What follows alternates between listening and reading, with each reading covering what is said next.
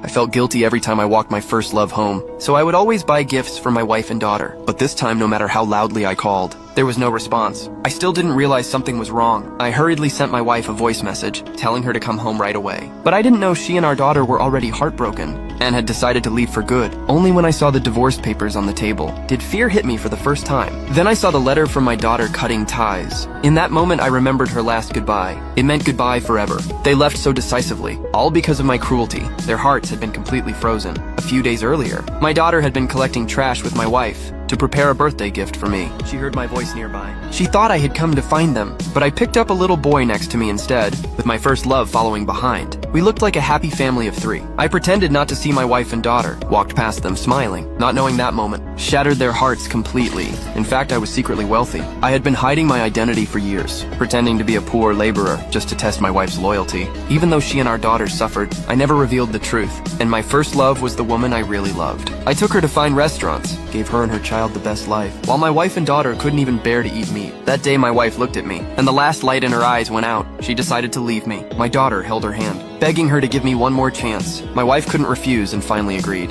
The day I returned from seeing my first love, my daughter found a toy in my bag. She thought it was her birthday gift and happily took it out, but I snatched it away because it was for my first love's son. My wife finally broke down. She asked why I never celebrated our daughter's birthday, why I couldn't even buy her a toy. I stayed silent. Then my first love called. I panicked and rushed to leave. My daughter grabbed my sleeve and asked softly if she could buy half a day of my time with her savings so I could go with her to the school outing because her classmates laughed at her, saying she didn't have a father. I brushed her off casually and walked out. I didn't expect her to smile so brightly, thinking I had agreed. On the day of the outing, my first love brought her son. They swaggered up to my daughter. Her son grabbed her bag, dumped all the toys out, and mocked her for bringing trash. My daughter explained she was saving a spot for me, but my first love's son said immediately she had no dad, because since the school year began, it was always her mom picking her up, just as she was about to cry. I arrived. Her eyes lit up and she ran toward me, trying to throw herself into my arms, but I ignored her. I held out my hand to block her, because I was there as a guest for my first love's son. She stood there frozen, her tiny hand hanging in the air, tears filling her eyes, yet she still didn't give up. Then my first love's son grabbed her toy again, said it belonged to his dog, and bragged about it in front of the class. My daughter tried to take the toy back, but he pushed her to the ground. He raised his phone and told everyone this was his dog's toy. My daughter panicked and grabbed her school bag, but he knocked it away. Money spilled out. He immediately accused her of stealing class funds. She cried and explained it was from collecting bottles. She wanted to buy me a gift, but the whole class laughed, saying she was lying. She finally looked up at me with tearful eyes, begging me to say something for her, but I shook off her hand and ordered her to apologize to her teacher and classmates. She trembled and apologized under the mockery of her classmates and my cold stare. At that moment, my wife finally arrived at the scene.